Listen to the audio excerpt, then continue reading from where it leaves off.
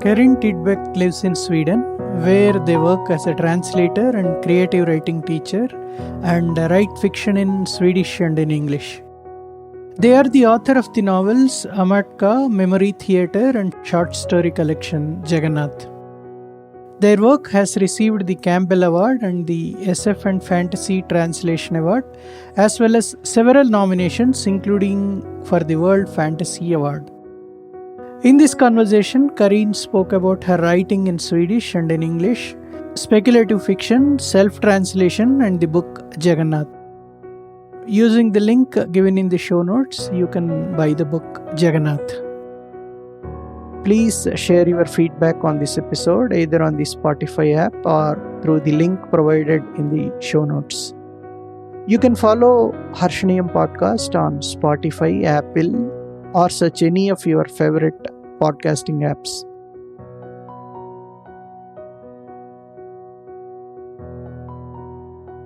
Welcome to our podcast, Harshaniyam Karin. Thank you very much. Thank you. What made you choose a career in storytelling?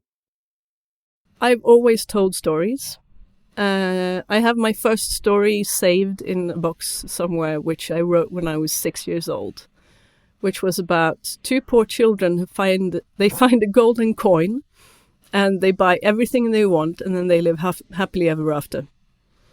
My parents were very confused by this because they're socialists. So they had a capitalist kid at home.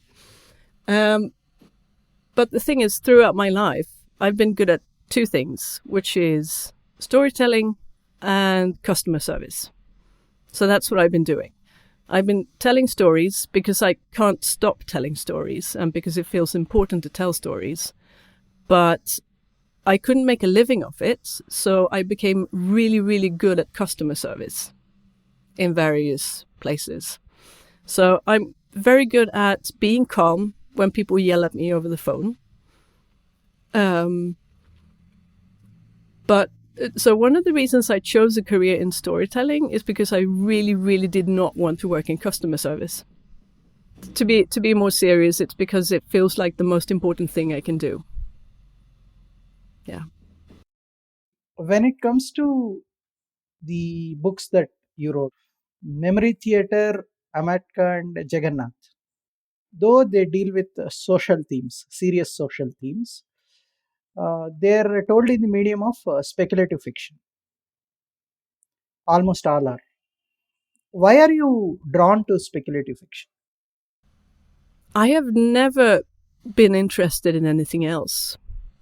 So I get that question from people, mostly people who don't read a lot of speculative fiction. They want to know, why do you write this kind of stuff? But the thing is, from ever since I was a child, I preferred speculative fiction. And the way I see it is that speculative fiction offers alternatives, visions, ways to think about the world that are different, that can offer new perspectives. Mm-hmm. And I know a lot of people think about speculative fiction as escapism, and I think that is a complete misunderstanding. I mean, yes, it can be escapism, but at the same time, it can also be a place where you go and find the tools you need out in the real world. It's a place where you go to find support, find visions, to find new ways to think about the world. And that's what makes it so incredibly special to me. When I read like realist fiction that only takes place in our world, I am usually just so bored. I am so bored on the level that I want to, dig my eyes out with a spoon or something, because I live this every day. I don't want to read about it as well. It's like going into a restaurant and ordering porridge when you could order, luxury food of some kind. So I eat porridge every day in reality. And then when I write something or when I pick up a book, I want something different. Again, the interesting thing is what you write is not fantasy. It's about the real world. Yeah, I mean, I don't really think about genre when I write. I write something and then someone else will come up to me and say, "You wrote this. This is science fiction. This is a horror story. This is a fantasy story." And I'm like, okay, fair enough. So yes, I do write about the real world, but I also write about other worlds, and I don't make very firm distinctions. Who are the authors you love or you read in speculative fiction initially, or you have been reading now? From any point in my life. Yes. Okay. So the first author who really made an impression was a Finnish Swedish author called Tove Jansson, who wrote the Moomin book. On the outside, they're children's books, but they are children's books about very sort of big themes, dark themes. It's about life, it's about difficult choices, it's about loneliness, it's about worrying about catastrophes, it's about growing up, all that kind of stuff. And it just made an impression because this writer, Tove, she could talk to children about subjects that no other adults would talk to us about. So there was that.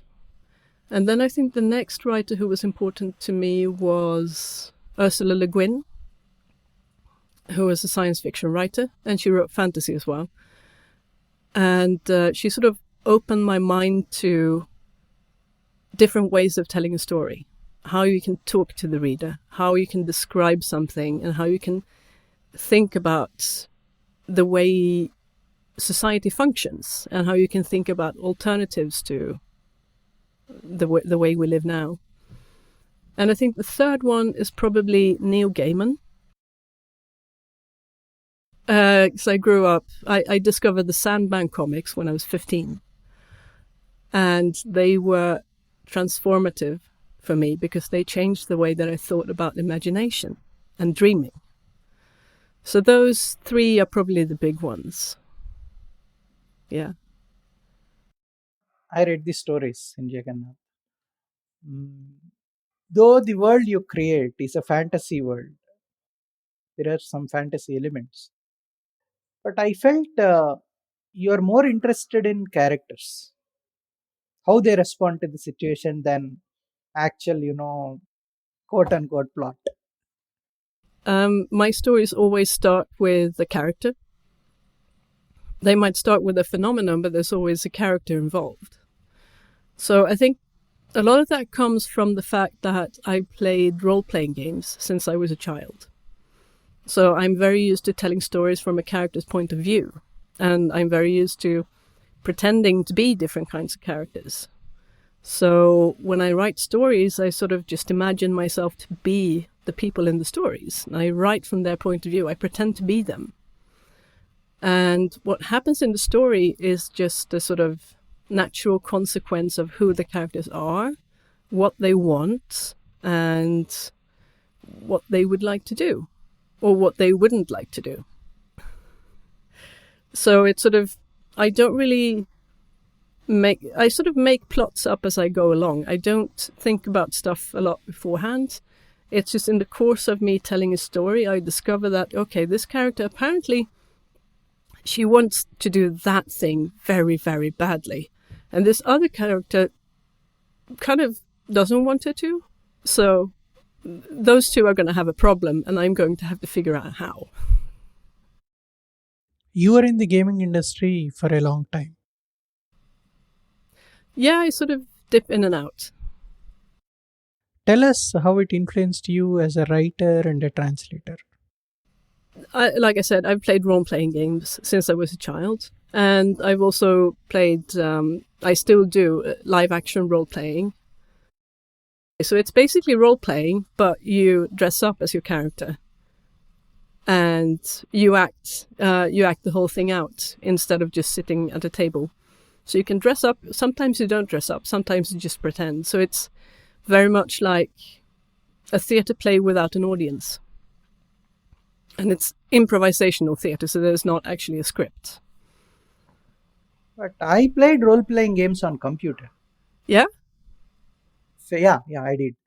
There is one game which I really like. That was about 2 decades ago, called Elder Scrolls Morrowind.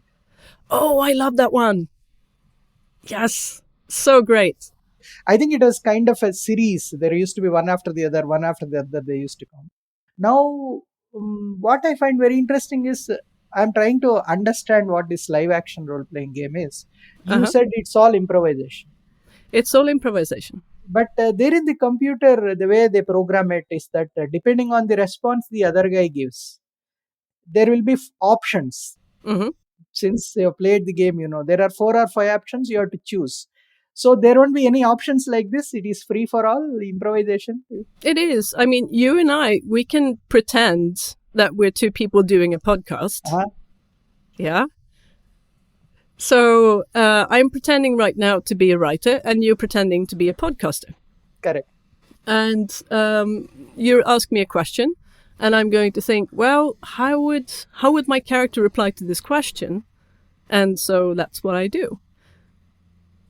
So it's very, very simple, really. It's just pretending that you are someone else, and you do what that person would do if they were in a specific kind of circumstance. So with all this said, live action role playing is basically what made me a writer, because it was back in 1999. I'd already been writing stories on and off. But in 1999, I was a character writer for a live-action role-playing game, which was very sort of avant-garde. It was about humans and angels at an institute. And we all wrote character descriptions that people would get so that they could act these characters out. And all my character descriptions turned into short stories. Okay. So I realized, okay, this is apparently what I'm good at writing, and I'm good at writing for gaming, so I did both. So I wrote short stories, and then sort of over the course of the years, because I know a lot of role players and I know a lot of gamers, I've sort of been pulled into various kinds of projects. So I've written a solo adventure that you play on your phone. And I've written an interactive story. It's an interactive adaptation of Hansel and Gretel, Yeah. the fairy tale. Yeah. And the story changes depending on the reaction of people who are listening to it. Is it on an app or? No, that was actually what they did. I wrote the script along with a couple of other people. And then there were technical people who used they made hats that reacted to brainwaves. So people the audience put these hats on, and the hats reacted to the brainwaves. And depending on what brainwaves, which way was in the majority, the story changed. I think they call it haptic. With the touch and all, it changes. Something like that. Yeah. Race car simulation is it? But doing it with brainwaves is something extraordinary, actually. Yeah, it was a lot of fun. So it was very much like you're playing a role-playing game on your computer, Uh-huh. but instead of clicking, the game sort of decides which choice you're taking depending on what your brain is doing at the time. So the technology came from this is like 10 years ago, more than 10 years ago, but the technology came from Japanese cat ear things that you put on, and they would move. Right. I get it. Yeah. They would move differently. I'm making gestures here. I'm sorry, the listener can't see it. Right. Okay. So they adapted that technology. So I've done stuff like that, to put it short. And last year I wrote a complete role-playing adventure for the role-playing game Call of Cthulhu, which is based on the writer H.P. Lovecraft's universe. So it's horror. And that's going to be out sometime this fall. That's a computer game, or how is it? No, it's a tabletop role-playing game. Tabletop role playing. Oh. Yes. like Dungeons and Dragons, except it's very evil and gives you anxiety. Our life is full of anxiety. Don't worry about it. They will get used to it. Yeah, but at least in this life, you usually don't have to worry about tentacles, right? You don't have to. No. Yeah. Right. So that's pretty much my career as gaming storyteller as well. And I hope I get to do other stuff later on. I always want to try new ways and new ways of telling a story. The stories that I read from the book, they are nothing like any that I have ever read before. The way it is constructed. I read a bit of speculative fiction, and as I told you earlier, of course, realist fiction you keep reading, right? But mixing it so well to make a very, very legible a story with deep layers. Normally, things that I read on speculative fiction, they are not very deep. Most of it anyway. What I read is about more of entertaining speculative fiction. I'm interested in actually the creative process. How do you go about creating it? I'm interested in that. So my creative process is extremely messy. Extremely messy. So what I do is that I write with pen and paper every day, most days, and I have a ton of notebooks. So what I do is I just write down whatever comes into my head, and I do this for at least 15 or 20 minutes. And it's a very basic exercise. You put your pen on the paper, and you're not allowed to lift the pen from the paper until the timer rings. And you are not allowed to stop writing. So you have to sort of write everything down. And when you do that, when you're not allowed to stop, strange things can happen on the paper. Because sometimes all I get is, I'm hungry, what am I supposed to eat for dinner? My knee is itchy, blah, blah, blah, blah, blah. But sometimes a scene will show up, or a sentence, or, an image. And I will just take that image and I will start writing more about it. So that's how it starts. So with one of the stories in the collection, I had this one sentence float into my mind, which is, a doctor fell in love with an airship. And I don't know where that came from, but I wrote it. It came from somewhere in my brain, and then I had to find out what was that about? Who's the doctor? Who's the airship? What's going on here? So that's the first step of the process. And then I write all the good stuff that sort of comes to my mind. Like all the interesting scenes, all the interesting dialogue, all the interesting images. And then I have to puzzle them together, because I never write from the beginning to the end. I always write sort of in hopscotch fashion. I bounce back and forth like a ping pong ball. So most of the work is me having to sort of glue all these small pieces together to form a story. And that takes time. So it's in some ways it's a terrible method, because it takes so much time and it's so disorganized. But in other ways, I think I find ideas that I wouldn't find if I was planning everything. So that's how I do it. It's the difference between coming up with an idea and discovering an idea. So I'm discovering, basically just listening to my head. I'm discovering things that live inside of my head, and I write them down. So are there any particular preferred time or preferred location for this to get into that kind of mood, or? Because I'm an adult and I have to work for a living, so I have to go to my office. I have an office with a door I can close. So I go to my office and I sit down, and this is the first thing I do during the day. I sit down and I write. by hand to see if something happens. And then when I'm done with that, I go on with the rest of my workday. So there's not really, I can't really choose what time is good. It's just when I go to work, this is the first thing I have to do. This Jagannath, the stories that you wrote, I think you have done it over a period of time. I think, I don't know, it took you some years to complete all these stories, right? How many years it took? So that collection is sort of like a greatest hits from a decade of writing. Decade of writing. Yes. So the first story I wrote in that, I think that was Rebecca. I was 24 or something when I wrote that one. And then I wrote stories over the years. And the last one I wrote was Reindeer Mountain, which is in the collection.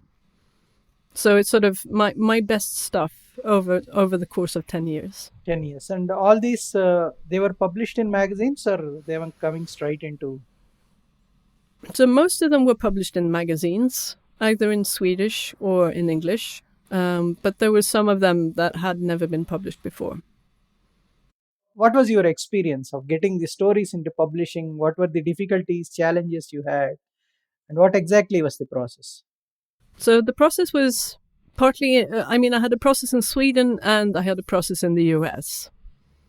So the Swedish process was, I had this collection that I would later translate. But I had this collection in Swedish and I sent it to lots of different publishers and they all rejected it. Wow. Until that's how it works. So you get rejected lots and lots of times. And then if you're lucky, someone actually wants the manuscript. And in the end, there was this micro publisher in Sweden who wanted the manuscript. So they published it. And it sold maybe 100 copies. And then the publisher vanished off the face of the earth. He stopped replying to emails. He was not reachable on the phone. He just, poof, gone. So that was the first part of the Swedish story. And then I went to a creative writing course in San Diego in the US called Clarion.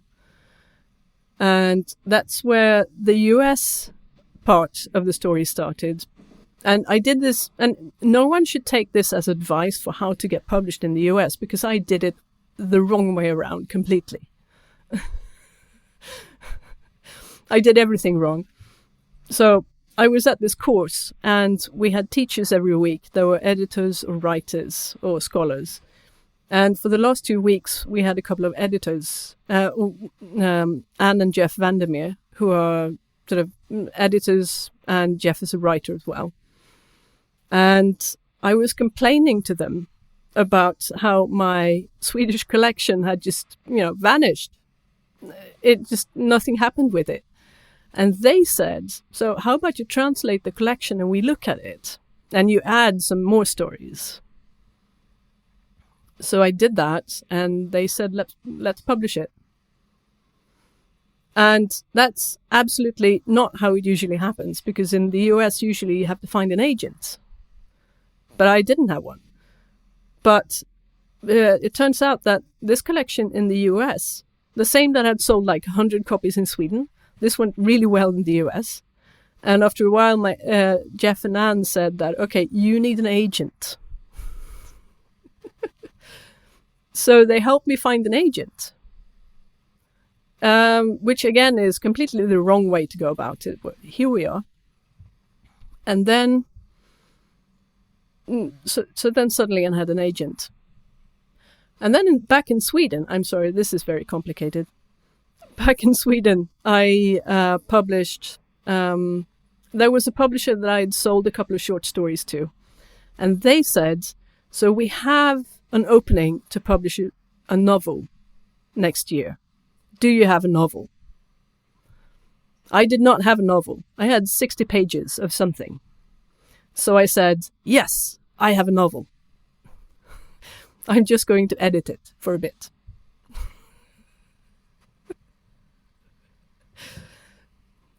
So they gave me a month to edit it, and I wrote the rest of the novel in a complete panic. It's not, I mean, it's not what it sounds like, because I'd been working on the novel as a poetry collection and then as a short story collection. But then I just made it into a novel in very few weeks. It was terrible. But they published it. And it didn't sell. So, and by this point, I was obviously very angry at the Swedish publishing industry. Yeah. I got really angry, so I translated Amatka into English. It was born out of rage and desperation because no one would buy it in Sweden. So I translated that, and I also hired a translator who was bilingual in Swedish and English to help me sort of get it right. And then, because now I had an agent, so she took that novel and she sold it to a publishing house. And from then on, now I'm doing it traditionally, so to speak. Except I'm not, because I'm writing in English when my first language is Swedish. And you're not supposed to do that, but here I am. I read a book, it is called Translating Myself and Others. Some of these stories that you wrote, like you just mentioned, they were written in Swedish and some of them straight into English. But the Swedish ones also you had to translate into English. Uh, what has been your experience of self-translation? How difficult or how easy? I think the way Jampalari states, it is a very difficult exercise. It is very difficult. The good thing is that I can always talk to the writer about what they meant. I can always ask, what were you thinking when you wrote this? Not a problem. The drawback is that I am too deep inside my own text. So something happens when an external translator translates your stuff. I think it's often better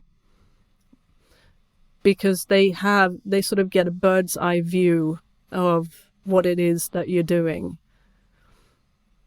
So what I didn't think of myself as translating the texts. I more thought of myself as writing the stories again in another language. If there's a distinction there, and I hope it makes sense when I say it. So it was very difficult, especially difficult the different cultural phenomena that don't really translate into English. Yeah. When you do a translation of your own story, I don't think it is so easy to take liberties and try to change it. It's very, very tempting because I have the writer right here. I can ask them whenever, could we change this a bit? And it's very, very tempting to rewrite the story, but I really try not to.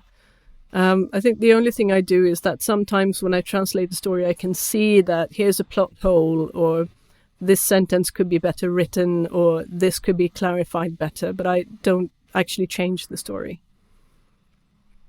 You wrote an afterword for this book, right? I did.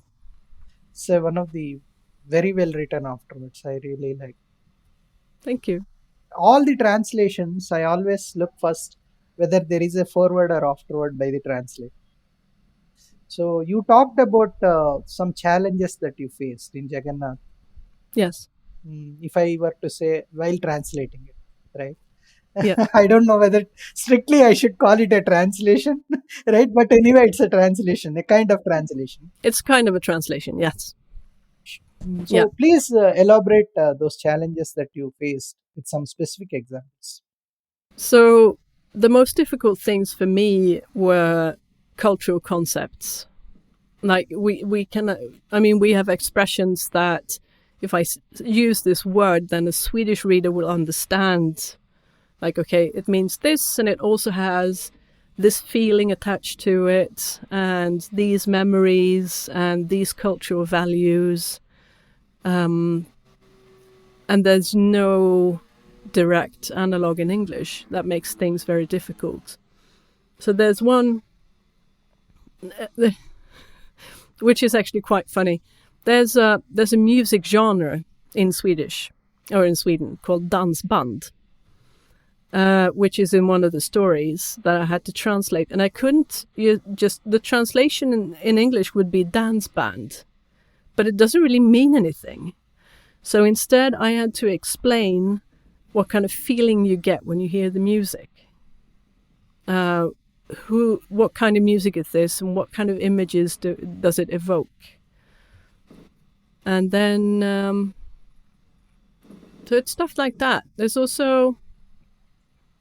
this word I think I wrote about in the collection, vemod, which is a feeling, which is a sort of melancholy nostalgia, but it's not quite sad. It is about a sort of longing, and a friend of mine called it smiling through tears. It's a sort of, there are words in other languages that have sort of the same connotation, but English doesn't quite have it. So it's nuances like that are difficult to get over into English.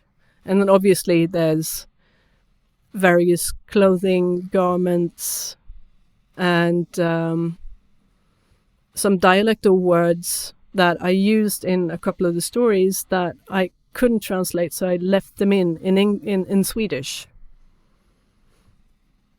And it probably doesn't make sense to an English-speaking reader, but I know it's there. Like I will have, there is one of the stories, Reindeer Mountain, where an old man calls another person a very, very dialectal word for girl, and it means something in Swedish. It doesn't mean anything in English, and it's very frustrating to know that people won't pick up on it. But I need it to be in there. Okay. At the end of it, how did you feel? You got frustrated, or you were okay with that, or how was it? Yeah, I mean, I think I did the best I could. Okay. And it's been easier when I wrote the memory theatre in English, which made it easier because I didn't have to jump through the translation hoop. I could write immediately, sort of write my way around certain subjects. Right. We will come to the title of the book. Mm-hmm. So Jagannath. Jagannath Yes. is a Hindu god's name. Mm-hmm. The meaning is very obvious. The Lord of the universe is Jagannath. Right? Exactly. Why did you have that name in mind, and what is your familiarity with Hindu religion, or it has come about in a different way, or how is it? So they're like different threads that connect to this title. One of them is that I studied comparative religion at the university, which is where I encountered Hinduism, and it was part of my education. And so there was that. I was already familiar with Hindu mythology and symbolism. And then I wrote the story at this creative writing workshop in San Diego. And I wrote it, we had to write one story a week. So breakneck speed, really. We had to produce one story a week. And this draft I wrote, it took me a few hours, I think. I just banged it out. And the original title was Jagannath, as in the English spelling. And but then I thought back to my Hinduism studies, and I thought about the root of the word Jagannath, which is Jagannath, which is the Lord of the universe. And that's how I thought about the biological machine in the story. That creature was pretty much the universe. But I will say that I would not have chosen that title today, because I think it is partly because it doesn't really represent the collection as a whole. And I don't think that the story doesn't... the story doesn't really deserve the title. It's not accurate, and it's like, I can only explain it as the story isn't worthy of the title Jagannath. But I can't go back and change it now. And the reason the collection was called Jagannath is because the editors thought they chose between Reindeer Mountain or Jagannath. And they thought it was a better title. And I trusted them with this because I had never been published in the US before. But if the same process, if this had happened today, I would have made a different choice. Because as I said, I think my collection isn't really worthy of the name. But ultimately it sold well.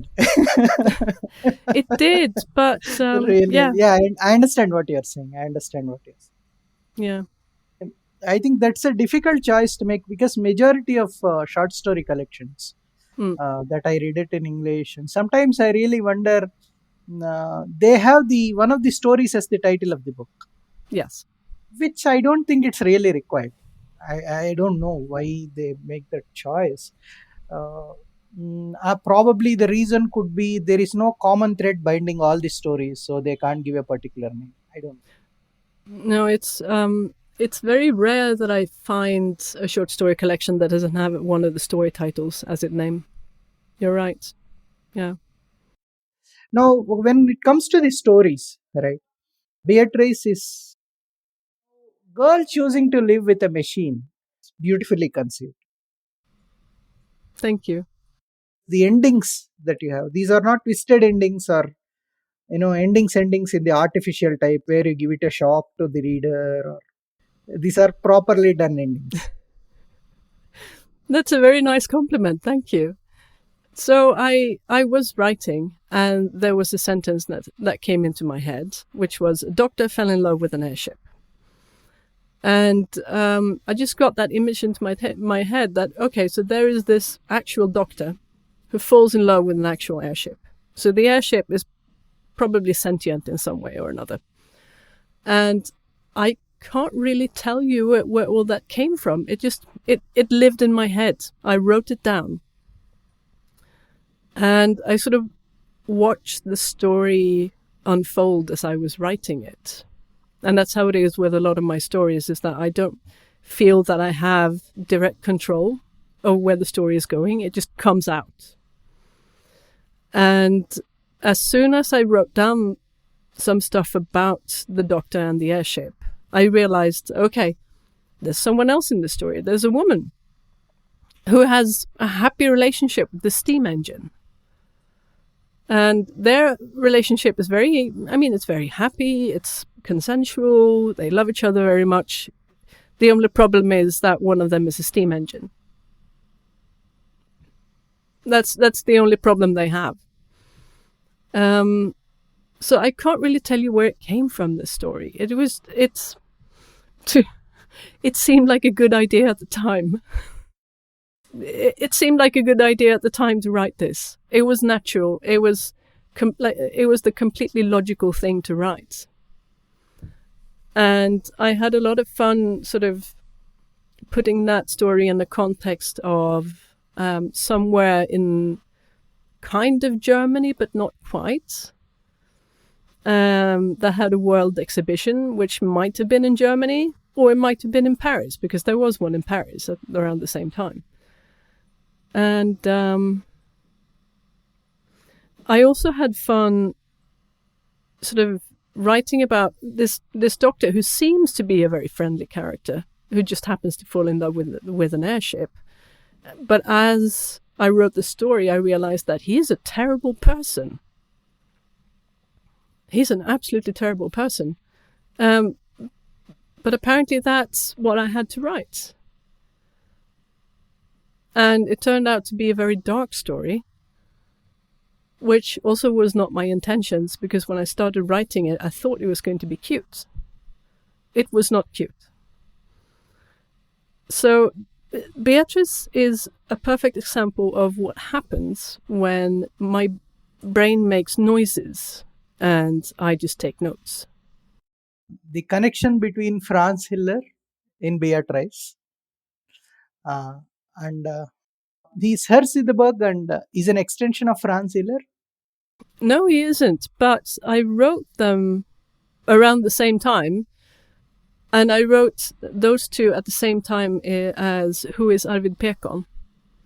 So I think at the time I was just fascinated by these, sort of weird, misfit middle-aged men who, and I let weird stuff happen to them.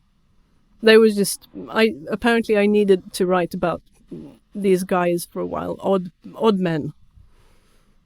So most of my stories, there are not very many stories that actually have an intertextual element.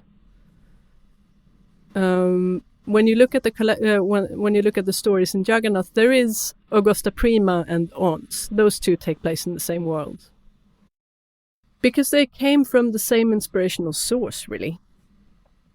I organized a live-action role-playing game back in 2005, which was, in many ways, it was about fairies and humans and about their relationship. And a few years after that world sort of lived on inside my head, and I had to write something about it. So they sort of have a common starting point. The way the stories are arranged, I felt the stories get weirder and weirder and weirder. Yes.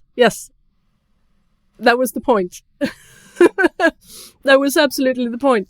No, it's, I discussed it with my editors, especially Jeff, and Jeff said that, okay, so we're going to start out with the least weird story, and we're going to end up with the most weird story, so that the sort of we sort of lure the reader in. They start out reading Beatrice thinking, no, this is not too bad. Oh, I can read this. And then we move on into weirder and weirder territory. And at the end, hopefully the reader is sort of just so deep inside that they can't find their way out. And they just have to read on to the end. Now, tell us about contemporary Swedish fiction.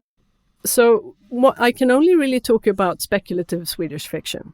It seems to be common for many other countries as well, but speculative fiction isn't seen as serious fiction, as real literature.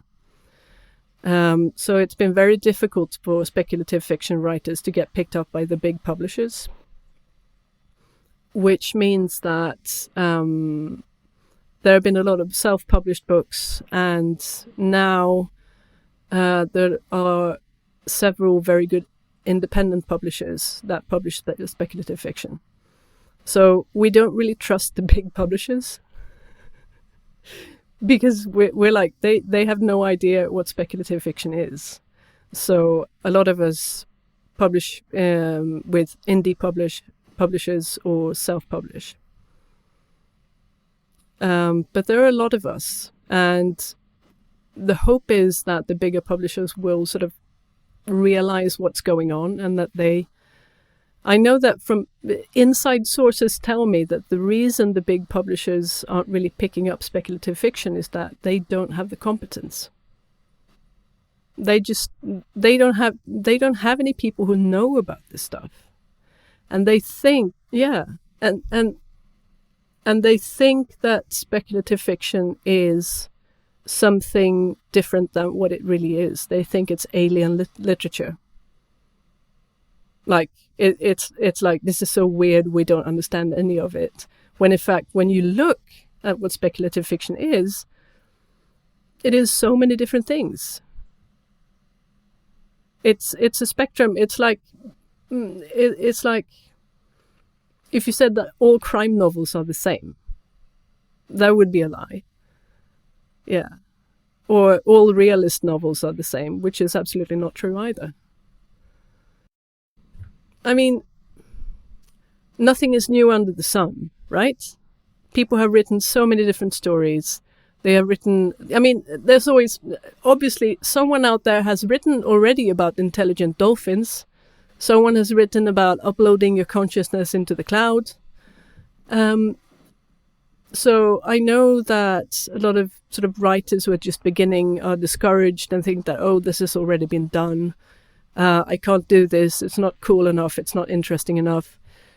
But the thing is, the only one who can, I would tell someone that, okay, so someone has already written about intelligent dolphins, but they haven't written about your intelligent dolphins. So you can take a cliche. It doesn't matter if it's a cliche. You are the only one who can tell your story. And that is the biggest pitfall I have seen. I teach creative writing as well. And it's the biggest error I have seen people make, which is to think that their stories aren't good enough. Wonderful. Now, please read a paragraph or two from Jagannath, any story that you choose to read. Sure. English first and then Swedish, please. So, which one would you like me to read from? Do you have a favorite? My favorite would be Beatrice. Beatrice. Okay. So, how about I can just read the two first paragraphs in English and Swedish. Okay, so I'll start out with the English one first. Franz Hiller, a physician, fell in love with an airship. He was visiting a fair in Berlin to see the wonders of the modern age that were on display. Automobiles, propeller planes, mechanical servants, difference engines, and other things that would accompany man into the future. The airship was moored in the middle of the aviation exhibit. According to the small sign by the cordon, her name was Beatrice. In contrast to the large commercial airships, Beatrice is built for a maximum of 2 passengers, an excellent choice for those who live far from public airship masts or do not wish to be crowded in with strangers. Manufacturing will start soon. Order yours today from Le Fleur et Fil. Okay, so I'm going to do that in Swedish. And I'm going to see. It's slightly different in Swedish. This is going to be interesting.